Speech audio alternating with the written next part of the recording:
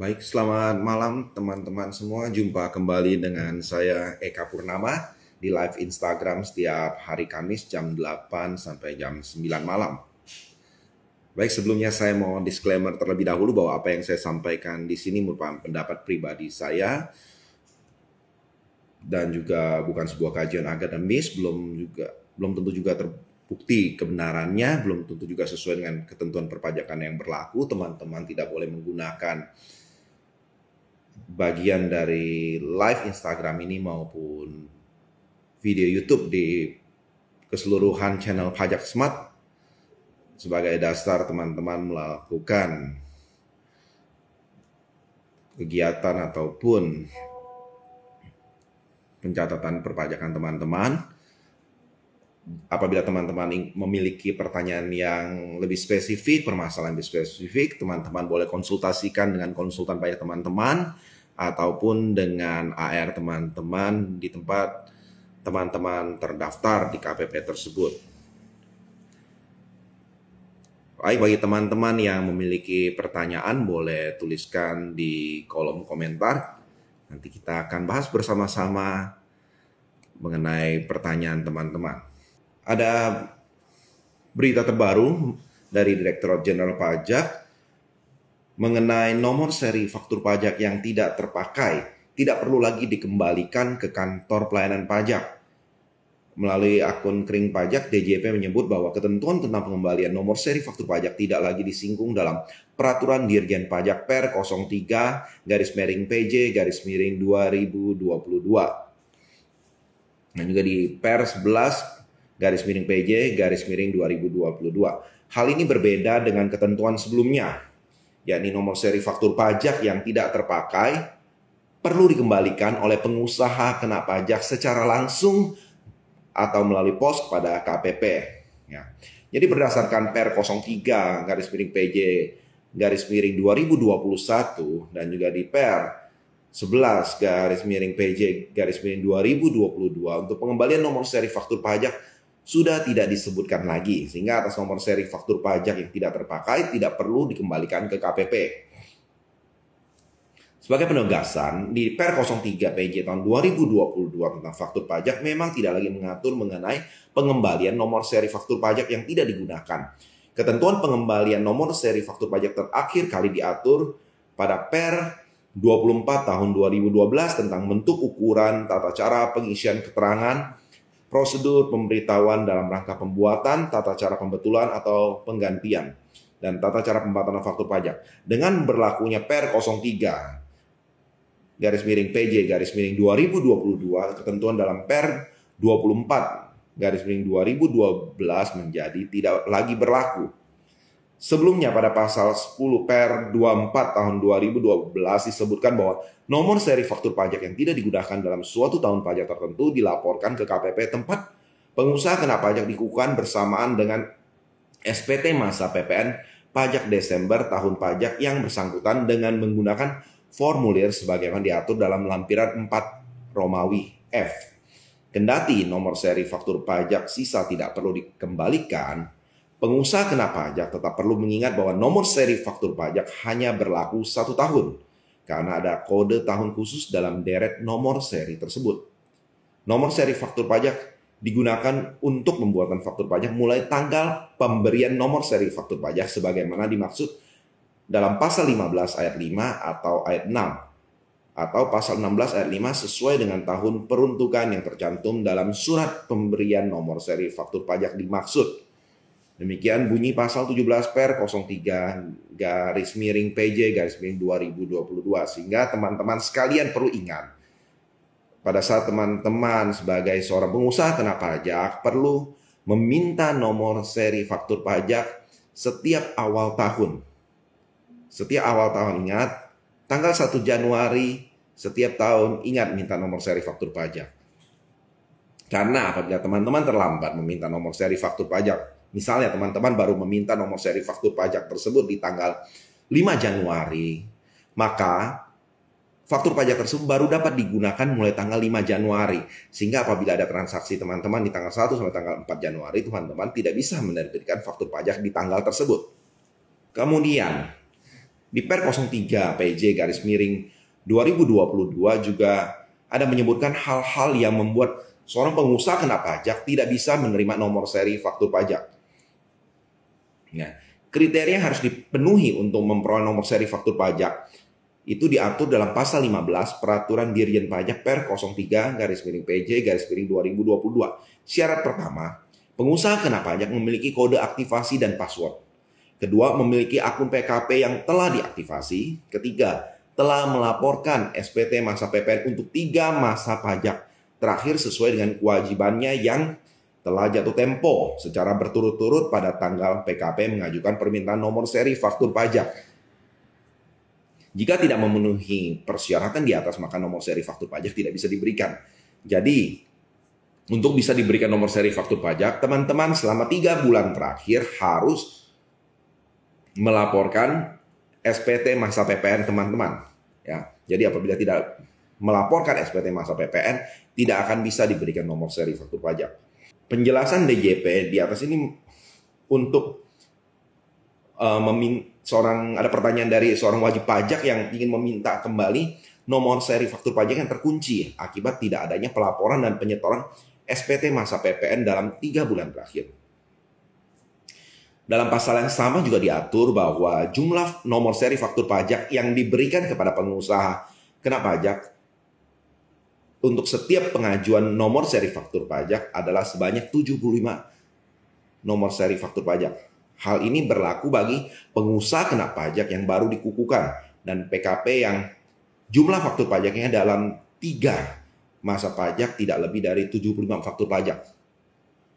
Ya, jadi bila dalam 3 masa pajak terakhir, jumlah faktur pajak dari pengusaha kena pajak ternyata lebih dari 75 faktur pajak, jumlah nomor seri faktur pajak yang bisa diminta maksimal adalah 120% dari jumlah faktur pajak yang dibuat pada 3 masa pajak sebelumnya yang telah dilaporkan dalam SPT masa PPN.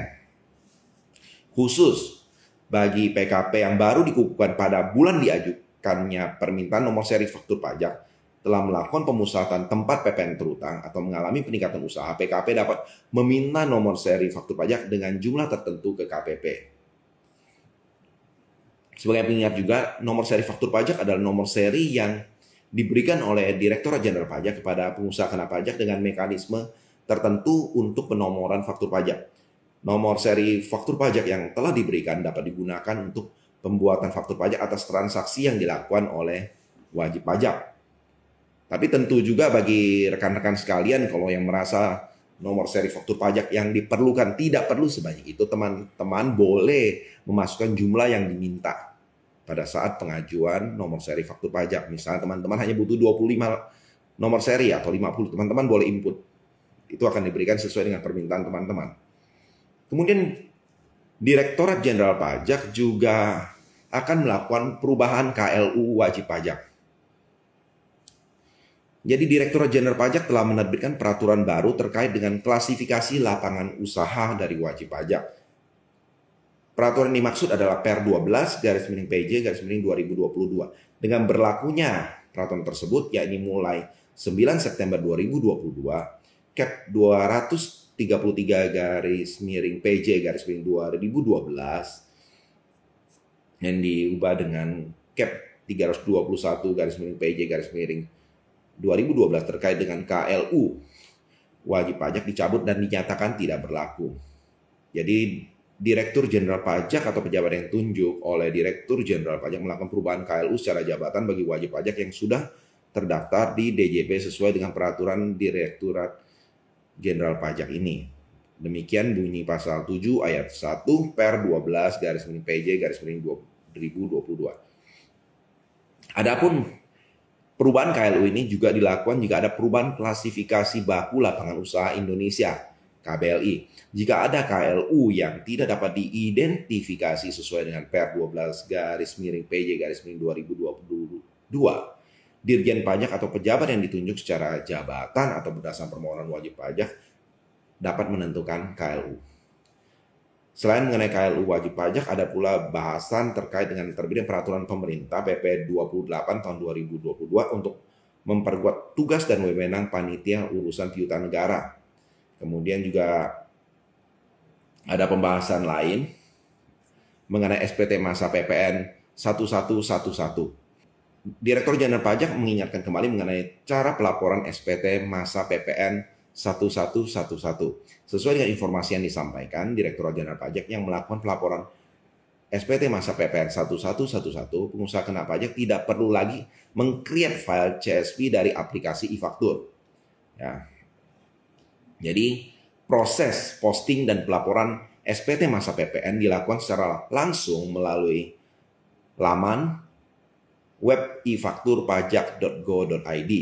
Jadi, pelaporan PPN saat ini dilakukan melalui web e-faktur. Kemudian, Direktorat Jenderal Pajak mengingatkan adanya penerapan asas ultimum remedium pada tahap persidangan. Penerapan ini memungkinkan penuntutan tanpa disertai penjatuhan pidana penjara. Ketentuan mengenai ultimum remedium ini pada tahap persidangan ini belum pernah diatur baik dalam Undang-Undang KUP maupun perubahan melalui Undang-Undang Cipta Kerja. Ketentuannya baru diatur dengan diterbitkannya Undang-Undang HPP.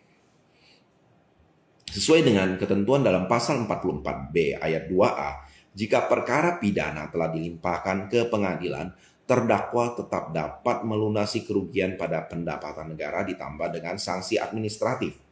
Sanksi administratif dimaksud sebesar 1 kali jumlah kerugian pendapatan negara karena tindak pidana kealpaan, pasal 38, atau sebesar 3 kali jumlah kerugian pendapatan negara karena tindak pidana secara kesengajaan.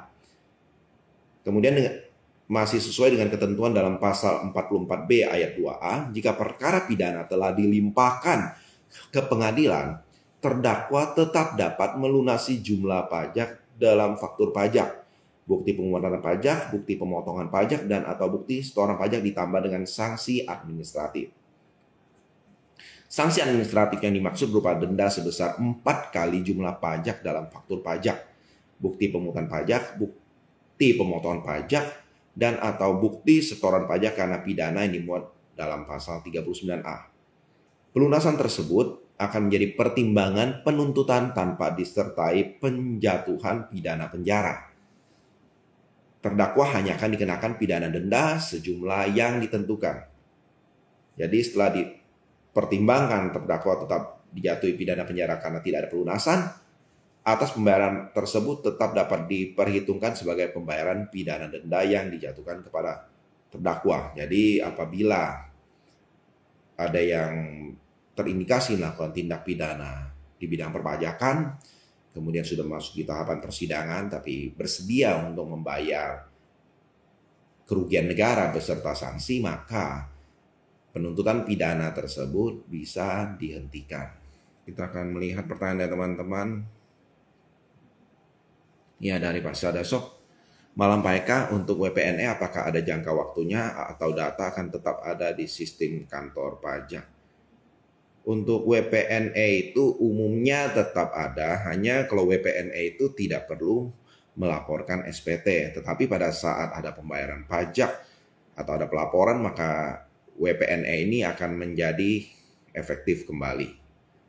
Ya, WPNE itu biasanya kalau sudah beberapa tahun tidak ada pelaporan pajak maupun tidak ada pembayaran pajak, maka WP bisa menjadi NE. Baik, kita akan membahas bahwa beberapa minggu terakhir atau bulan terakhir ini kita sering mendengar bahwa wajib pajak menerima baik itu surat konfirmasi SP2DK atau surat yang dikirimkan agar wajib pajak mendaftarkan diri untuk memperoleh NPWP karena ditemukan transaksi-transaksi, maka perlu kita ketahui bahwa sekarang Direktorat Jenderal Pajak sedang mengembangkan yang namanya sistem CRM ya. Compliance Risk Management ini cukup efektif karena apa? Karena sekarang ini yang menerbitkan SP2DK sebagian besar adalah sistem dari DJP itu sendiri, sehingga banyak hal-hal yang transaksi yang tidak kita laporkan itu bisa terdeteksi oleh Direktorat Jenderal Pajak. Sehingga teman-teman perlu memeriksa kembali transaksi teman-teman, kemudian juga pelaporan pajak teman-teman, apakah sudah sesuai dengan yang seharusnya. Karena kalau kita tahu bahwa pelaporan SPT kita itu apabila tidak benar, itu akan menjadi celah, itu akan menjadi satu pintu masuk bagi setiap kita untuk menerima SP2DK dari kantor pajak. Jadi sebenarnya sekarang ini sistem akan mengecek. Jadi apabila ada kesalahan ataupun ada misalnya ketidaktepatan dalam pengisian SPT, maka teman-teman bisa dikirimkan SP2DK. Nah, contohnya seperti apa? Kalau misalnya pelaporan SPT orang pribadi bagi teman-teman. SPT orang pribadi, teman-teman melaporkan penghasilan di tahun berjalan 100 juta misalnya. Kemudian tidak ada penghasilan lain, tidak dapat warisan, tidak dapat hibah atau apa. Tapi teman-teman tiba-tiba hartanya bertambah 200 juta.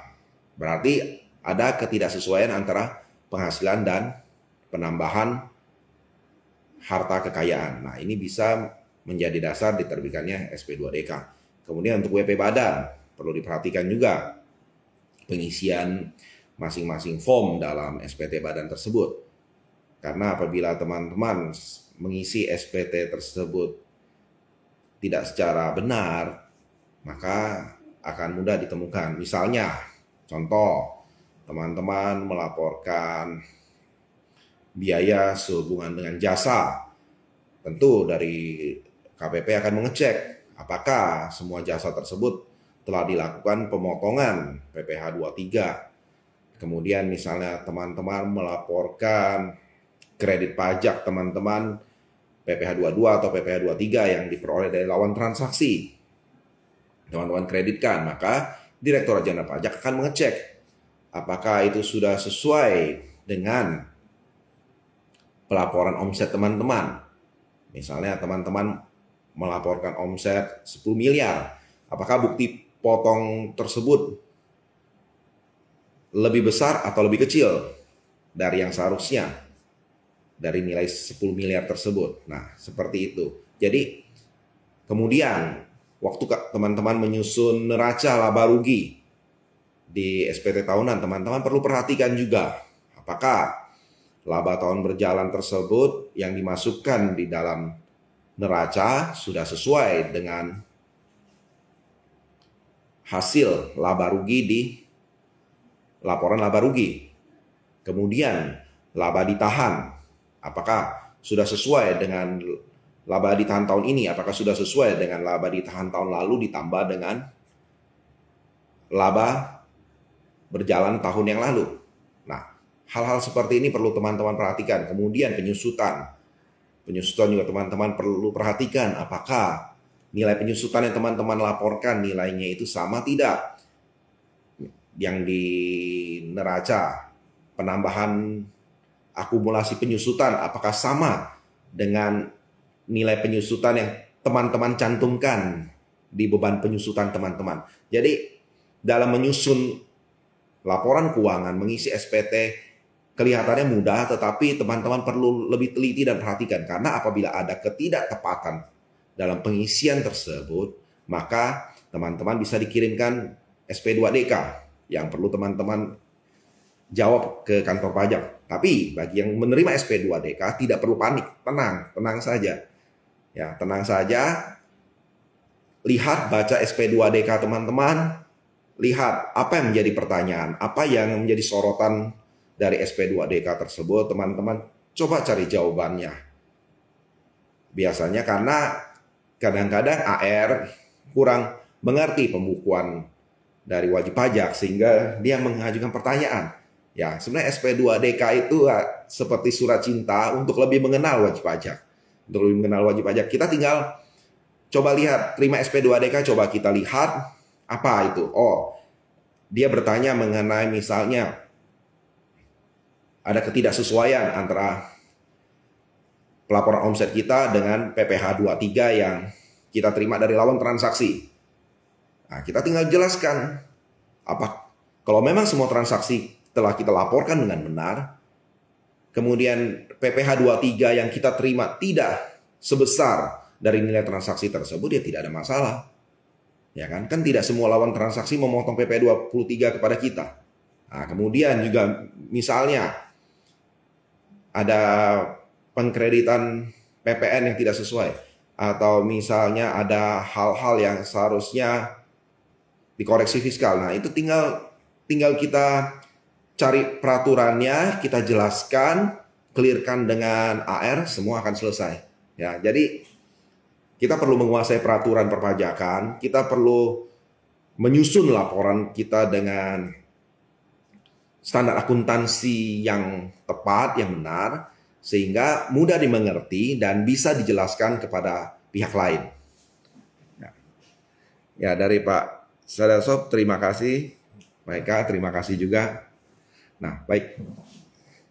Jadi, apabila ada di antara teman-teman sekalian yang menerima SP2ADK, pertama-tama tidak perlu panik ya. Bagi baik WP orang pribadi maupun WP badan, teman-teman perlu perhatikan bahwa bagi WP badan, pembukuan yang rapi, pencatatan yang rapi itu sangat penting. Karena dengan pembukuan pencatatan akuntansi yang rapi, maka pada saat teman-teman mendapat SP2DK atau bahkan diperiksa pajak dengan SP2 sekalipun, teman-teman bisa membuktikannya bahwa apa yang teman-teman lakukan sudah benar dan tepat. Pertanyaan lagi dari Saudari Bu Noviani Lucia. Selamat malam Pak Eka, kalau kita dapat keuntungan dari penjualan saham, kan kita sudah dipotong PPh final 0,1%. Apakah penghasilan yang sudah dipotong PPh kita wajib melaporkan dalam SPT tahunan? Wajib Bu, itu harus dilaporkan karena itu adalah pajak termurah untuk menambah harta Ibu ya. Misalnya Ibu lakukan penjualan, dan alangkah baiknya Ibu juga tidak hanya melaporkan, yang bisa dilaporkan di SPT adalah total penjualan dan pajak yang dipotong oleh perusahaan sekuritas kan, pajak. Nah, dipotong oleh bursa 0,1% itu PPh final. Nah, tapi masing-masing dari penjualan tersebut kan tidak mencerminkan keuntungan dari penjualan saham tersebut. Sehingga perlu teman-teman itu perhatikan bahwa berapa keuntungan sebenarnya. Contoh misalnya dari penjualan saham tersebut senilai 1 miliar. Kan 1 miliar dikali 0,1%. Tetapi dari nilai penjualan 1 miliar itu tidak ketahuan kan untungnya berapa. Nah, sehingga bagi para trader saham, para investor saham perlu ada pencatatan tersendiri ya. Biasanya di beberapa perusahaan sekuritas itu ada mencantumkan gain loss-nya berapa. Jadi dari Ibu Lucia bisa catat, bisa simpan untuk membuktikan misalnya penjualan saham Ibu itu sebesar 1 miliar rupiah, sudah bayar pajak 0,1%. Kemudian di SPT tahun lalu Ibu hanya mencatat investasi saham itu hanya 100 juta. Kalau tiba-tiba ada penambahan harta menjadi 1 miliar dan Ibu tidak bisa membuktikan bahwa itu berasal dari kemenangan dari transaksi saham, maka itu akan dikenakan pajak progresif. Jadi perlu Ibu mencatat bahwa saham yang saya beli pada saat itu dengan nilai 100 juta rupiah karena kenaikan harganya menjadi 1 miliar rupiah.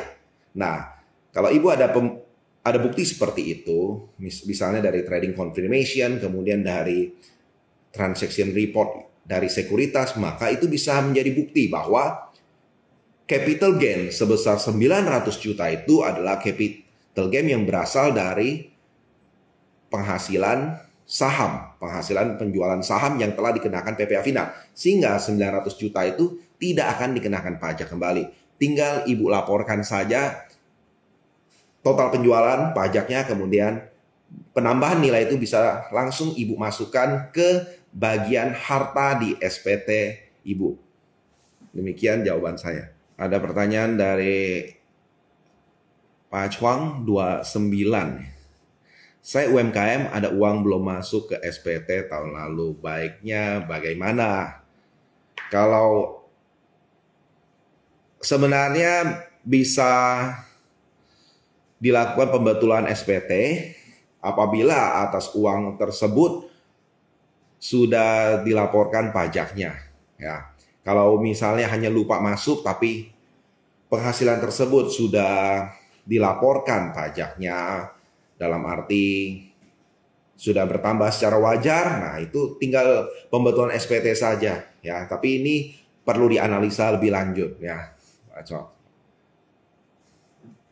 Jadi perlu dianalisa lebih lanjut. Bagi teman-teman yang mau berkonsultasi secara langsung dengan saya juga bisa klik di www.lembagabantuanpajak.com. Saya ada di trainer A04. Ya, teman-teman bisa masuk ke website tersebut untuk konsultasi langsung dengan saya karena ada pertanyaan-pertanyaan yang tidak mungkin bisa dijawab lewat live IG ini karena perlu melihat data dan lain-lain supaya jawaban saya tidak salah ya, karena kalau tidak lihat data bisa memberikan jawaban yang kurang tepat. Baik, ada pertanyaan dari Bapak Billy Chen. Apabila di SPT tahunan WPX tertera uang tunai 25 miliar, apakah ada aturan yang menyatakan AR boleh minta agar WPX memperlihatkan uang tunai tersebut di brankas besar rumah? Mohon petunjuk. Kalau memang uang tunai, AR tidak boleh meminta untuk memperlihatkan uang tunai tersebut. Itu kalau AR itu tugasnya melihat apakah uang tunai 25 M itu sudah bayar pajak apa belum. Kalau memang 25 miliar itu pajaknya sudah dibayarkan, tidak ada masalah. Pada saat seorang wajib pajak mencantumkan bahwa dia memiliki uang 25 miliar, uang tunai 25 miliar, pajaknya sudah dibayar, selesai. Jadi boleh coba tanyakan kepada AR-nya, Pak, Bapak AR, uang ini saya sudah bayarkan pajaknya. Berarti pencatatan saya di SPT sudah benar. Kalau pencatatan saya di SPT sudah benar sesuai dengan pembayaran pajak saya, ya sudah cukup begitu. Demikian Pak Billy Chen. Baik, kembali ke pemeriksaan dan juga SP2DK. Jadi bagi wajib pajak perlu memperhatikan baik-baik untuk rekeningnya, untuk transaksinya, terutama wajib pajak orang pribadi ya. Wajib pajak orang pribadi perlu tahu bahwa saat ini akses data, kemampuan akses data oleh Direktorat Jenderal Pajak semakin hari semakin baik ya. Jadi dengan transaksi contoh misalnya mungkin ada di antara teman-teman yang menerima SP2DK karena melaporkan omset usaha lebih kecil dari transaksi pembelian. Mungkin saja kan ada misalnya teman-teman membeli bahan, misalnya membeli kain sebesar 3 miliar. Dirjen Pajak bisa temukan data tersebut dari misalnya laporan PPN yang diterbitkan oleh faktur pajak yang diterbitkan oleh pabrik atas nama Bapak atau Ibu. Kemudian Bapak Ibu hanya melaporkan omset transaksi Bapak Ibu 1 miliar. Nah, itu perlu Bapak Ibu jelaskan. Pembelian 3 miliar, omset lapor 1 miliar. Nah, apakah itu salah? Belum tentu salah. Ya, bisa saja memang omset Bapak Ibu hanya 1 miliar. Belanja 3 miliar, tidak ada masalah. Tetapi yang menjadi jawaban Bapak Ibu ke KPP, Bapak Ibu harus bisa jelaskan bahwa 2 miliar itu masih dalam bentuk persediaan. Dan harus benar-benar dalam bentuk persediaan, harus bisa dibuktikan, ada barangnya, tidak jadi masalah. Tidak jadi masalah pembelian Bapak Ibu lebih besar daripada penjualan. Tetapi apabila tidak bisa dibuktikan, berarti pendapat dari temuan dari kantor pajak mungkin benar bahwa teman-teman belum melaporkan seluruh omset teman-teman ke dalam SPT teman-teman. Kemudian kalau kita lihat kembali bahwa sekarang ini sebenarnya bagi teman-teman UMKM yang sebenarnya sudah bukan UMKM, teman-teman juga bisa membentuk yang namanya PT Perorangan. Kalau memang teman-teman merasa bahwa karena ini kesempatan ya, PT Perorangan itu memang diperbolehkan untuk didirikan oleh seseorang. Nah, teman-teman boleh kan, boleh bagi badan usaha ke PT Perorangan. Tapi kalau teman-teman merasa bahwa teman-teman perlu menjadi PKP, teman-teman juga boleh menjadi PKP. Karena menjadi PKP sebenarnya tidak serta-merta menambah harga jual teman-teman menjadi lebih mahal 11%. Kenapa demikian? Karena pada saat teman-teman menjadi seorang pengusaha kena pajak PKP yang harus menerbitkan faktur pajak, teman-teman juga akan menerima faktur pajak masukan dari pihak supplier. Faktur pajak masukan dari pihak supplier ini bisa teman-teman gunakan sebagai kredit pajak. Misal, teman-teman membeli barang senilai Rp1.000. Teman-teman akan mendapat faktur pajak senilai Rp110. 11% dari Rp1.000 kan. Kemudian teman-teman jual barang tersebut senilai Rp1.200 plus PPN yang harus teman-teman tambahkan ke nilai tersebut adalah Rp144. Nah, teman-teman bukan membayar PPN sebesar Rp144 tersebut, tapi teman-teman hanya membayar Rp144 dikurang dengan 110 tadi 120 ya, berarti 120 berarti 132 ya. 132 tadi 11% kan. 132 dikurangi dengan 110. Berarti teman-teman hanya menambah PPN sebesar Rp22. Rp22 ini adalah 11% dari margin Bapak Ibu. Marginnya tadi Rp200 kali 11%, Rp22. Sehingga pada saat teman-teman menjadi PKP sebenarnya harga barang teman-teman bukan naik 11%, tetapi hanya ada tambahan PPN sebesar margin teman-teman ditambah 11% saja. Ya, memang pembeli banyak yang dari Pak Chuang, pembeli banyak yang nggak mau dimintai datanya kalau kita PKP, jadi sementara kita pecah omset. Ya, jadi memang kalau ketentuan saat ini dalam penerbitan faktur pajak mewajibkan semua pengusaha kena pajak pada saat mau menerbitkan faktur pajak harus mencantumkan NPWP atau NIK. Ya, jadi dan sekarang juga NIK sudah berfungsi sebagai NPWP. Ya, jadi sebenarnya pada saat kita membeli sesuatu kepada supplier, kita tidak mau serahkan NPWP, kita hanya serahkan NIK, sama saja itu. Ya, sama saja karena baik menyerahkan NIK atau NPWP sama saja, datanya sama-sama masuk ke Direktorat Jenderal Pajak. Sehingga dengan demikian data-data big data yang dikelola oleh Direktorat Jenderal Pajak sekarang ini semakin hari semakin besar. Bahkan data-data yang ditemukan ini bukan hanya dari pembelian PPN saja, banyak hal lain. Contoh dari Samsat, ada data-data kepemilikan kendaraan, kemudian data-data transaksi lewat marketplace secara online oleh setiap merchant itu ada. Itu kan terkoneksi ke NIK teman-teman. Ya, NIK teman-teman dicairkan ke rekening mana, semua terdata, semua terdeteksi. Ya. Jadi kemudian ada data SLIK dari Bank Indonesia, data agunan, semua itu ada. Kemudian ada lagi data dari Departemen Perhubungan. Kemudian ada data dari Kementerian Kelautan. Kemudian ada juga nih data kepemilikan kapal. Jadi teman-teman mungkin ada yang menjadi pengusaha di sektor perikanan yang memiliki kapal laut ya, kapal penangkap ikan. Itu data-datanya ada itu. Ya, datanya ada. Teman-teman jual ke tempat pelelangan ikan, teman-teman dipotong 0,25%. Itu juga datanya semua masuk. Jadi tidak ada celah buat teman-teman menyembunyikan kewajiban pajak teman-teman lagi saat ini, ya. Tidak ada, benar-benar tidak ada celah kalau teman-teman bertransaksi secara elektronik, ya. Tidak bisa kita bersembunyi lagi. Jadi yang terbaik saat ini adalah jujur, ungkapkan semuanya, ya.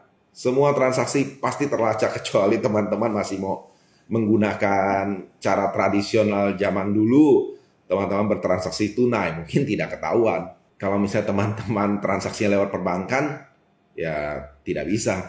Pasti datanya akan terlapor, ya. Paling tidak PPATK akan melaporkan transaksi tersebut ke Direktur Jenderal Pajak. Kemudian pertanyaan dari Bu Lilis, Bunyamin. Pak Eka, kalau kita udah ada UMKM pribadi, masih bolehkah kita buat PT perorangan UMKM? Oh boleh, silakan Bu, silakan saja buat PT perorangan UMKM. Jadi dari tim saya juga sedang mengembangkan satu program coaching, program pelatihan coaching, bagaimana supaya teman-teman sekalian, baik itu WP UMKM, kemudian WP Badan, yang ingin lebih mengerti tentang perpajakan dan akuntansi, kita akan mengadakan program coaching jadi supaya teman-teman juga tidak tergantung sepenuhnya kepada konsultan pajak atau mungkin kepada AR, ya. Teman-teman bisa mengerti tentang bagaimana penjurnalan akuntansi yang benar, bagaimana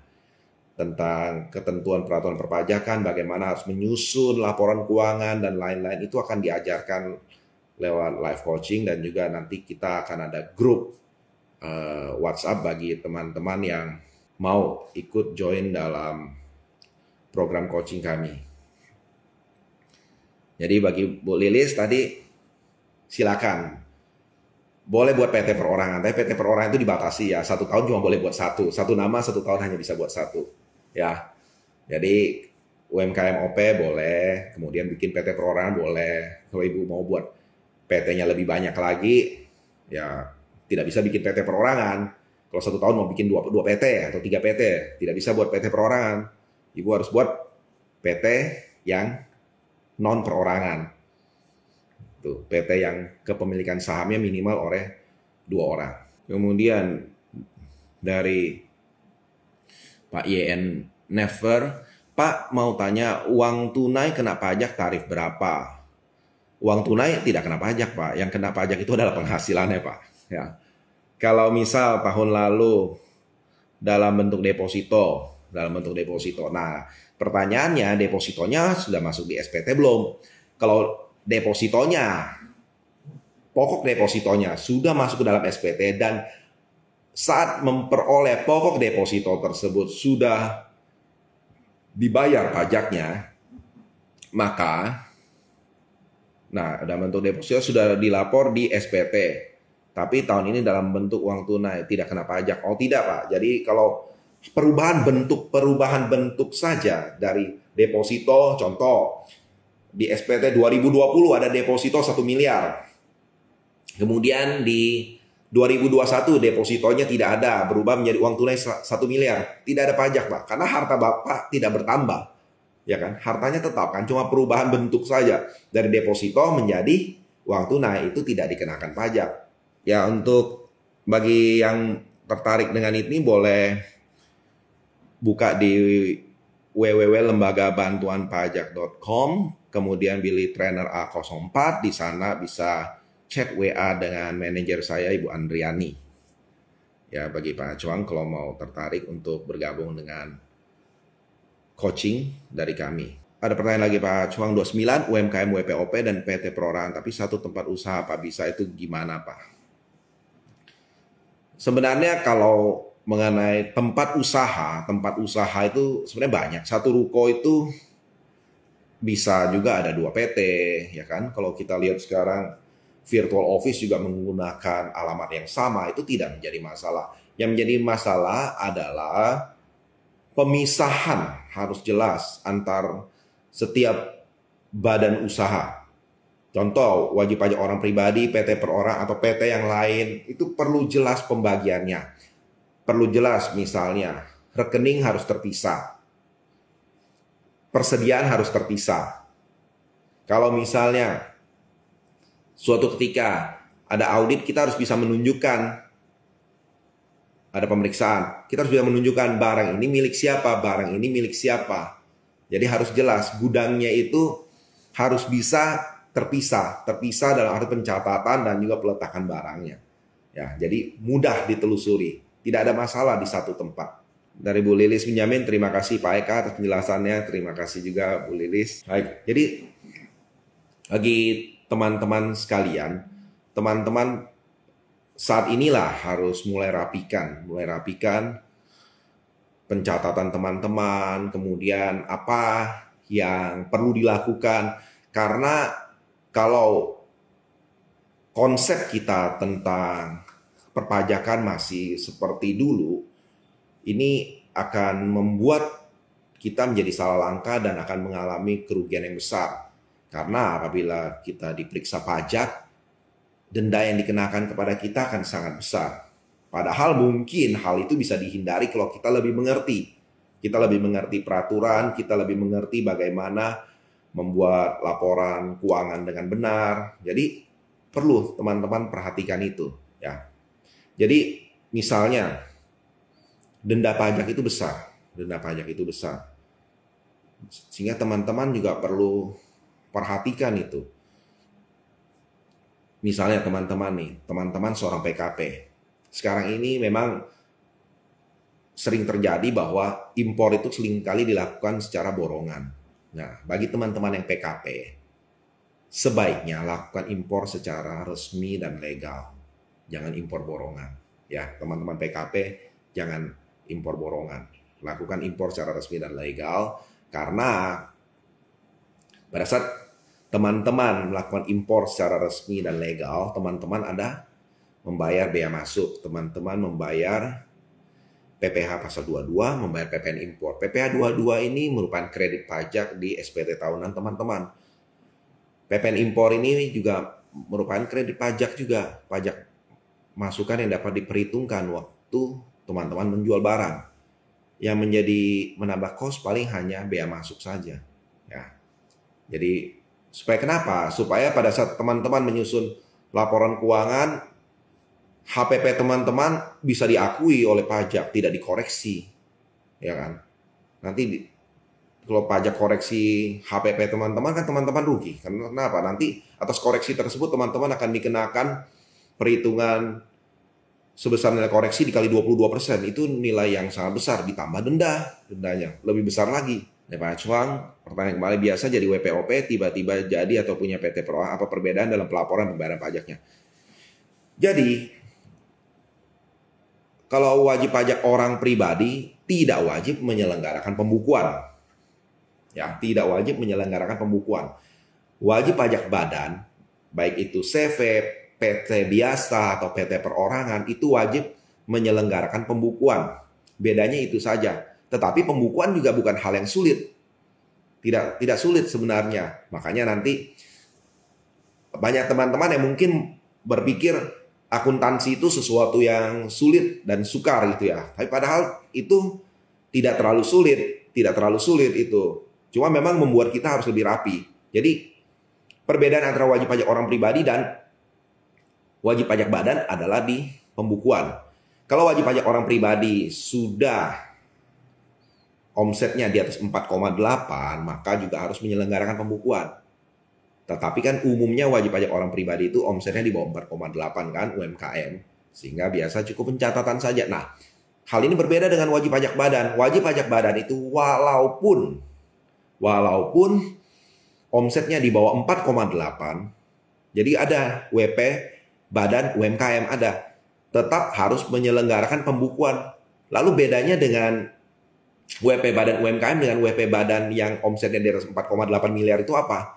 Bedanya hanya kalau WP badan UMKM tidak perlu menjadi PKP. Jadi penjualannya tidak perlu menerbitkan faktur pajak. Sedangkan kalau wajib pajak badan yang non UMKM, dia harus jadi PKP. Pada saat jadi PKP dia harus menerbitkan faktur pajak. Jadi perbedaannya adalah di sana. Selain itu juga tentu untuk wajib pajak badan ada kewajiban pemotongan pajak lainnya. Kewajiban pemotongan pajak lainnya misalnya teman-teman ada memakai jasa orang lain, harus potong PPh 23, PPh 21, atau PPh 4 ayat 2 UMKM, ya seperti itu. Tapi itu sesuatu yang bisa dipelajari, tidak sulit dan tidak sukar. Kalau pertanyaan dari JK55LH, kalau omset di bawah 4,8 dan bukan PKP, apa perlu impor resmi? Karena pakai borongan itu sederhana ngitungnya.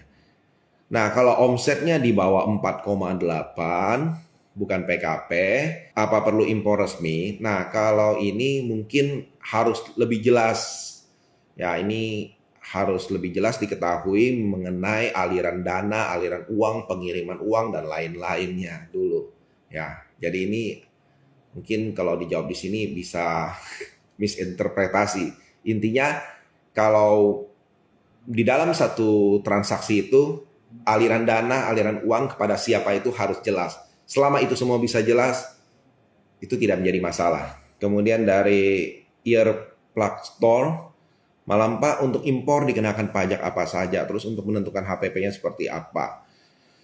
Kalau impor itu yang pasti ada adalah, ya tentu harga beli pasti ada kan, harga beli, kemudian ada bea masuk. Nah itu akan menjadi HPP. Ya, harga beli dan bea masuk itu akan menjadi HPP. Kemudian harus bayar PPh pasal 22. Kalau PPh pasal 22 itu menjadi kredit pajak, bukan menjadi HPP, menjadi kredit pajak untuk perhitungan pengurang di pajak tahunan. Kemudian PPN impor. PPN impor itu nanti diperhitungkan dengan PPN keluaran. Selisihnya itu yang harus dibayar. Jadi sebenarnya yang jadi HPP itu ya harga beli ditambah bea masuk saja. Pertanyaan Pak Cuang, Desember buat satu PT perorangan, Januari tahun berikutnya bikin satu PT perorangan, berarti bisa ya? Nah ini saya belum pernah coba nih Pak. Saya jadi belum tahu ini hitungan dari sistem OSS-nya seperti apa. Ya, sistemnya seperti apa saya belum tahu. Mungkin boleh dicoba karena hanya di ketentuannya 1 tahun cuma boleh 1, sehingga kalau Desember Pak Cuang coba buat 1, kemudian Januari coba buat, bisa nggak? Kalau bisa berarti bisa gitu. Kalau tidak bisa berarti harus tunggu Desember lagi. Ya, jadi satu orang punya usaha UMKM dan ada beberapa usaha badan, tempat usahanya itu aja, itu nggak masalah ya Pak. Itu namanya manajemen usaha Pak. Jadi sebenarnya banyak PT-PT juga beralamat di lokasi yang sama kan. Banyak PT-PT. Contoh misalnya kalau kita lihat di daerah Sudirman atau di mana itu satu gedung itu juga banyak PT kan. Banyak grup yang mungkin di satu tempat juga banyak PT gitu loh. Mungkin dia hanya bagi-bagi ruangan ini untuk PT ini, ruangan ini untuk PT ini. Nah, yang penting pembukuan, pencatatan, keuangannya tidak dicampur aduk. Harus jelas, terpisah. Itu benar-benar harus terpisah. Selama bisa dipisahkan dengan jelas tidak ada masalah.